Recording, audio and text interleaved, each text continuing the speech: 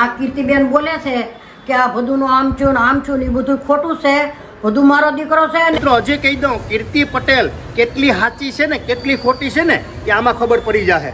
તો મિત્રો પહેલા તો તમે આ વિડીયો જોવો કે જે કીર્તિ પટેલ જે લાઈવમાં ખજૂરભાઈ ઉપર જે આક્ષેપો લગાડી રહી છે ને ત્યારબાદ જે સાવજ એમ કહેવાય કે જે લાલભાઈ આહિર છે તે ખુદ સુરત જઈને જે આ કીર્તિ પટેલે જે આક્ષેપો લગાડ્યા હતા, પહેલા તમે વિડીયો સાંભળો કીર્તિ પટેલ શું કહી રહી છે ને ત્યારબાદ જે તેનો આ વિડીયોમાં જે વાત કરી રહી છે તેનો ખુલાસો હું તમને આગળ જે બતાવું છું તે જાણી તમે પણ શોકી જશો. તો પહેલા તમે વિડીયો સાંભળો, તો ખાસ વિડીયો પૂરો જોજો. તમારા રૂવાડા ઉભા થઈ જશે કે આ લોકોએ કઈક ચોરી કરી હતી ને એના પૈસા આવ્યા હતા ને એનો કઈક આ લોકો બધા સાપુતારા ફરવા ગયા, ન્યા આ લોકોને કઈક બબાલ થઈ પદુ જોડે સાપુતારાના પેલા પાણીમાં છે ને ત્યાં બોટ ને બધું, એની અંદર પદુની લાશ 3 દિવસે જઈડી હતી. હવે આ લોકો હારે સાપુતારા ગયો તો આ લોકોએ ઈ છોકરા હારે કઈ ખોટું ન કર્યું હોય તો એના મા બાપ ને આવીને કહેવાય ને, ફોન કરાય ને સાપુતારા માંથી કે ભાઈ પદુ પડી ગયો છે પાણીમાં. હે 3 દિવસ વાત છુપાવી છોકરાના મા બાપ થી. 3 દિવસે લાશ મળી હતી પદુની સાપુતારા માંથી.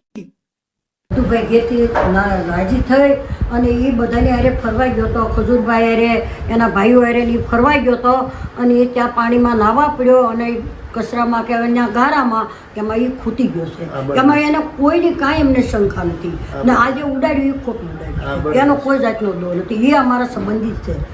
ને ભદુભાઈનો જે થયું ભવિષ્ય એટલે તરત એનો ફોન આવી ગયો અને તરત જ અમારા ઘરના બધા ત્યાં પહોંચી ગયા અને પછી એને 5મે દિવસે ભદુભાઈને ઘેરે. આ કીર્તિબેન પટેલ જે પદુભાઈ કહે છે એ વાત ખોટી છે. એનું નામ પદુ નહીં પણ એનું નામ ભદુભાઈ છે અને સાચું નામ છે જયેશભાઈ દવે.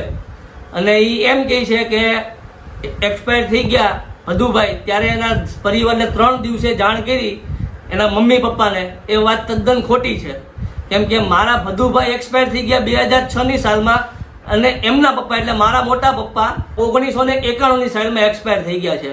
તો એ કઈ રીતે કહી શકે કે એના પપ્પાને જાણ કરી એને મમ્મીને જાણ કરી 3 દિવસે? એ વાત તદ્દન ખોટી છે. તરત જ ફોન આવી ગયો હતો અને મારા પપ્પા, મારા કાકા અને અમારો પરિવાર 2 કલાકની અંદર ત્યાં પહોંચી ગયો હતો અને શોધખોળ ચાલુ કરી દીધી હતી. તો મિત્રો તમે જે વિડીયો જોયો જે લાલાભાઈ આહિર છે જે સુરત જઈને જે આ પદુભાઈના જે પરિવાર સાથે વાતચીત કરી અને જે કીર્તિ પટેલ જે આક્ષેપો લગાડી રહી હતી કે જે મૃત્યુ થયું ને 3 દિવસે ઘરે ખબર પડીને તે બધા જે તમે આગળ જે જોયું વિડીયોમાં કે જે તેના પરિવાર શું કહી રહ્યા છે.